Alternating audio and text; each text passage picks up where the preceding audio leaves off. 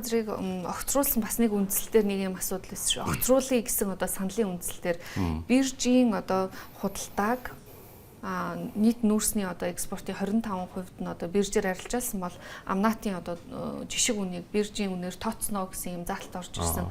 Энэ засгийн газрын тогтоол одоо хууль бус нэг компани давуу байдал олгосон ч гэдэм үү. Ийм асуудлуудыг томьёолсон байсан. Таны хувьд яг энэ салбарт олон жил ажилласан хүний хувьд энэ дээр одоо өрсөлдөөн хэр шударга байсан гэж харж байна. Хувийн хвшлийнхэн ч ер нь бирж дээр бараг зарддаг юм дөө.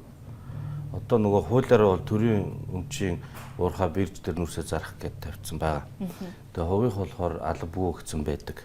Тийм болохоор хувийнхан бараг бирж дээр гардгүй. Тэгэхээр одоо 10% хүрэхгүй гарч байгаа юмыг 25 болгоно гэдэг бол муу биш. Тэр 25%-тай ч биш ер нь үндсэн санаа нь бол амнаатын нөөцийн төлбөрийг тооцохдоо Монголын биржийн үнээр тооцно гэж орсон байгаа шүү дээ, тийм ээ. Тэгвэл тэрийгэ тооцохын тулд бирж рүү татаж оруулах гэдэг чинь нөгөө орж өгөхгүй байгаа компаниудыг бирж дээр заруулах гэдэг. Амнатыг урд нь олон жилийн турш юу яаж авч ирсэн гэхээр монголчууд ингээд уурхай амаараа гэрээ байгуулад нүрсээ зарчлаа. Тэгэнгүүт тэр дээр нэмхэн тээврийн зардал, хил гайл нэвтрэх зардал, тэгээд хятадын хил гайлын хураамж, хятадын талбай дээр буулгах одоо талбайн түрээсийн үн, хятадын компани олж байгаа ашиг гэдэг ингээд бүгд найрамд хятад ард улсын татвар бүгд найрамд хятад ард улсын компани олж байгаа ашигаас хүртэл Монгол улс нэмж яагаад амнаа тавьдаг гэсэн. Тэгээд энд нэг том алдаа нь юу байсан гэхээр уурхай тэр ам дээр Эрдэнэс 5-7 ч байланч нэг үн гэрээ байгуулцдаг. Хятадын тэр дотор авж байгаа мэдээгээр тэрнээс нь 2 дахин илүү өндөр үн байдаг. Тэгээд тэр 2 дахин илүү үнээс тавьсан нөөцийн төлбөрийг уурхай хариуцдаг. Тэгэхээр уурхай ашигт ажиллагаа буурдаг. Эсвэргээрээ нөгөө худалдаа авахч чинь бол тэр амнаад хамаагүй. Тэгэхээр гол мөнгөн дүн ашиг нь уурхай руугаа биш нөгөө тээвэр худалдаа авахчийн логистик руу шилжээд тэндээ том ашиг нь эргэлдээд тэгвэл тэр нь татвар төлдөггүй. Татварыг манайхан үрдэг. Нэг ийм гажиг тогтолцоо байсныг 22 онд бид нүүрсний хулгай гэж нэрлэсэн шүү дээ. Тэгээд тэрний дараа биржийн хуультай болсон. Биржийн үн тогтвортой байхад бол биржээс амнаад тооцоход бол буруу зүйл байхгүй гэж бодчих та. Цаашдаа бас энийг дэмжихийн зүйтэй. Тэгээд ер нь Монгол улс өөрийн гэсэн үнэтэй байх хэрэгтэй. Нүүрс зардаг улс болгон үнийн индекс гаргадаг. Индонез байна, Австрали байна, Америк байна, Хятад байна, Орос байна. Монголын орлогын хамгийн гол бүрдэл хэсэг нь нүүрс. Тэгээд Монгол өөрийн гэсэн үнийн индекс байхгүй, үнийн бодлого байхгүй. Магадгүй тэр нь манай бирж дээр тогтох ёстой. Манай бирж дээр тогтох ёстой. Тэр дундаа. Ирэх 5 жилийн одоо 15 дугаар 5 жилийн төлөвлөгөө гэж сая бүгд найрамд дотоод ард улс урьдчилсан байдлаар танилцууллаа. Тэгээ энэнд бол нүүрсний экспорт, импортынхоо хэмжээг бол бууруулахгүй байх юм одоо эхний урьдчилсан мэдээллүүд байна. Ер нь зөвхөн цаашдаа Монгол улсын хувьд яг энэ одоо түүхийн эдээс хамааралтай эдийн засгийн бүтцийг ямархуу байдлаар төсөөлөх нь одоо төлөвлөх нь зөв юм бэ? Хоёр зүйлээр нэгдүгürt нь хятадын эдийн засгийг бид нар мэдээж 5 жилийн төлөвлөгөө нөө 10 жилийн харж явах хэрэгтэй. Хятадын эдийн засаг нөгөө эрчимтэй аж үйлдвэржилтийн фаз нь өнгөрөөд одоо хэрэглээний дараагийн нөгөө технологийн салбар руугаа илүү эдийн засаг шилжиж байгаа. Энэ утгаараа айхтар том нөгөө коксын гангийн ингээд өсөлт бол эрхчлэл байхгүй. Гэхдээ нөгөө талдаа тэр улсын чинь хэрэглээ нь өөрөө дэлхийн тал учраас нүүрсний хэрэглээ, гангийн хэрэглээ дид үтэж багаслаа гэд манад нөлөөлөхгүй. Бидний үйлдвэрлэл чинь жоохон байхгүй. Тийм болохоор тэр том улсын эдийн засаг дэх өөрчлөлтийг хараад за одоо нүүрсний хэрэглээ буурах юм байна энэ гэж сэтгэлээр унах шаардлага ерөөсөө байхгүй.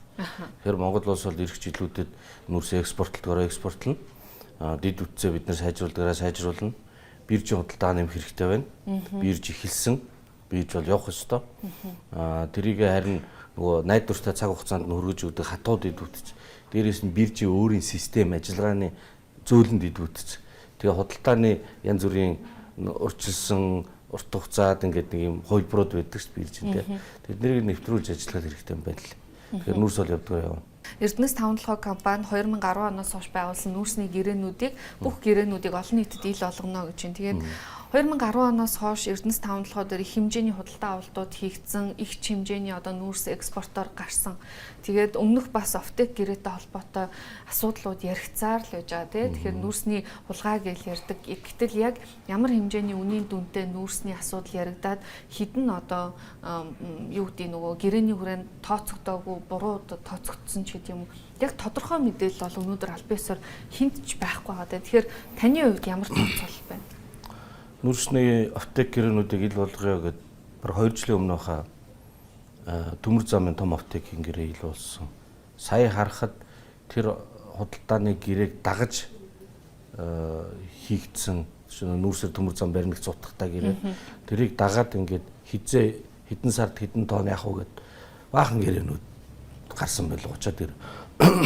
За дээрэс нь нэмээд Norinco компани бас 2 том гэрээ гарч ирсэн. Тэр нь болохоор газрын тос дамжуулах хоолоо тэгээд Эрдэнэс таван толгой дээр нүүрс баяжуулах үйлдвэр барих.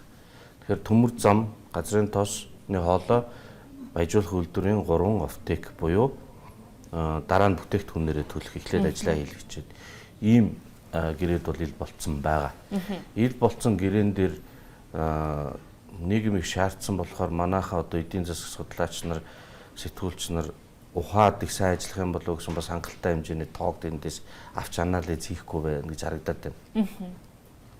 Энэ 3 гэрээний нийлбэр дүн тун ойролцоолох юм бол нэг 10 сая тонн байгаа нүүрсээр төлбөр нь.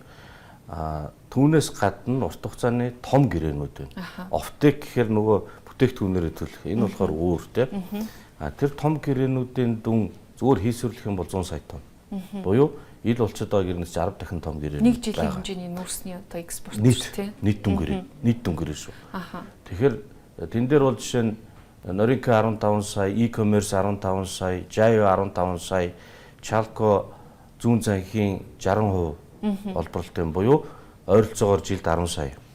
Ингээд ийм том гэрээнүүд бол байна. Тэгэхээр тэд нар бол хаалт давьраа байгаа. Хоёр улсын хооронд төрөмжийн том компаниуд энэ төргээд мэдээлэл нээхэд бас зөвшөөрөл авах энэ төр тохирох юм байд юм шиг байна. Зүгээр үндсээ хэлэх гээд байгаа санаа бол бид нар энэ олон гэрээний чинь нэг багавтар хэсгэл ил болсон байгаа шүү. Нөгөө том гэрээнүүд бол хугацаа нь бас дуусах. Дээрээс нөгөө хэмжээ нь дуусах төгсөж байгаа юм байна лээ. Тийм болохоор цаашдаа дахиад энийг байгуулах үгүй гэдэг бодох хэрэгтэй байна. China Energy гэж том гэрээ байгуулсан. Одоо нөгөө хуучин дөрөв дахиад нэмэх юм бол нөгөө нийт гаргаж байгаа нүүрсний чинь одоо бол 80% нь том гэрээгээр 20% нь бирж тэр. Тэгэхээр China Energy ороод ирэхэд 90% нь том гэрээгээр 10% нь бирж тэр их юм бол тэр бирж чинь ерөөсөө утгагүй болно. Биржийн худалдаа бол арай өндөр үнэтэй. Өндөр үнэтэй байх юм бол Монголд ашигтай. Бирж савладаг учраас тогтвортой том гэрээ бас хэрэгтэй. Тэрэн дээр компанида үйл ажиллагаагаа төлөвлөхөд Монголын эдийн засгийн тэр одоо та асууад байна шүү дээ $70 90 сая гэдэг чинь бодит юм уу гэдэг. Нэг иймэрхүү макро төлөвлөгөөнд бид нэр тогтвортой гэрээ хэрэгтэй. Гэхдээ 70 80 90% байж болохгүй. Биржийн худалдаа 50%, том гэрээ 50%. Гэхдээ том гэрээ байх ёстой гэдэг дээр санал нэгж байна уу? Эдийн засгаа бид нэр төлөвлөх хэрэгтэй шүү дээ. Тэгээ нөгөө талдаа хятад гэдэг том гүрний төлөөлөл ялангуяа төрөмжийн компаниуд чинь дэлхийн ертөнцийн эдийн засгийн ороо босгох үед бас нэг тогтвортой партнертай байх хэрэгтэй. Тэр бол Монгол байх нь биднэрт хэрэгтэй. Хятад хэрэгтэй. Гагцхүү хитрхи найр тавиад хамаг юм хямдруулж өгөөд 80-90% нь хямдруулчаад 10-20% бирж гисэн нэг тийм дүрмдсэн байдалтай гэж болохгүй байхгүй. Тэгээ бирж дээр заргаж байгаа тэр 20% борлуулалтын дүн чинь тэр чигээрээ бараг сул коксчдаггүй нүрс. Наан аптек том гэрээнүүдээр өгж байгаа нүрс нь тэр чигээрээ коксчих нүрс. Буюу 80%, 70-80% коксчих нүрс одоо гарч байгаа. Энэ бол сорчлолт. Тэгэхээр энийг бид нэр цаашдаа ингэж явуулж болохгүй. Тийм болохоор ер нь үндсэн бодлого бол окей том гэрээ байх хэрэгтэй. Гэхдээ энэ 70-80 биш 50% байна шүү. Бирж 10-20% биш 50% байна шүү. Ийм харьцааг л Монгол барьж явах нь эдийн засгийн хувьд ч тэр үнийн хувьд ч тэр бас нэг үндэсний эрх ашигаа бодсон хөршөө хүндэтгсэн тэгжээж тогтвортой ажил. Тэгэхгүй хит нэг тал руугаа дамгаасан тэр нь хаалттай ингээд нийгмийн хил амжигд яадаг тэн дээр нэлээд хулгай жилгээ яригдаг. Инх юм бол салбар нь өөрөө тогтворгүй партнертай эргэлзээтэй Тэгээд янз бүрийн юм гарна, гэрээ цуцлана. Ингэх юм бол чи ямар нэгний доктортой харилцаа авах тийм ээ. Дийл тод байдал доктортой харилцаа хоёр бол тэгээд харилцаа ашигтай, шудраг, баланс бол ер нь доктортой худалдааны үндэс. Цаашдаа ер нь Эрдэнэс 5-7 компанитай холбоотой засаглалыг яаж сайжруулах нь зүйтэй гэж та харж байна?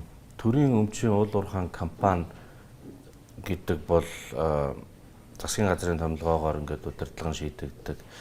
Засгийн газар гэдэг маань үндсэндээ нам.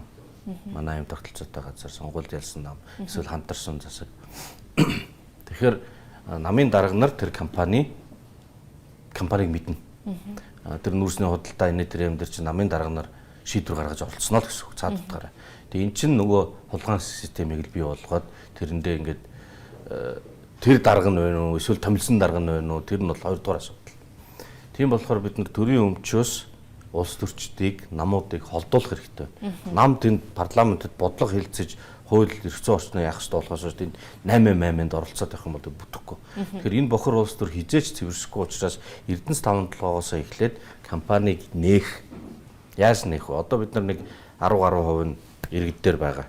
Энийг дахиад 10% нэмэгдүүлээд 34% хяналтын багцыг иргэд эзэмшдэг болмоор байна.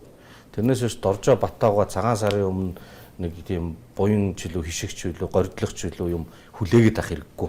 Авах ёстой хувьцааныхаа ногд лашгийг авъя. Өнгөрсөн жил бол хүмүүс аваад байгаа юм чинь бас юм байна гэд ойлгоод болсон шүү дээ. Тэрийгээ дотоодын хөрөнгийн биржээр Монгол улсын иргэдэд зарыг 10%. Тэгэхгүй аваачаад ингээд 50 туучих юм бол бас болохгүй. За тэгээ бүгдээр ингээд шуудалаад ордоо ваачих юм бол юу ч биш болчихно тийм ээ. Тэгэхээр 34 дараа нь алхамаар нэмэгдүүлэх. Нэмэгдүүлэхдээ хүмүүс тэр хувьцааны үр ашгийг ойлгодог болно. Дараа нь олон улсад зарж хөрөнгө оруулалт хийж тэр станц энэ тэр юмнуудаа барих. Ингэж явсаар байгаа төрийн оролцоог эсэргээрээ 51-ээс доош болгож иж энэ хулгай зэлгийн асуудал цаанаа улс төр намын төлөвшил. Намын төлөвшлийн цаана Монголын парламент ардчлалын бэхжих асуудал яригдана гэж бодож байгаа.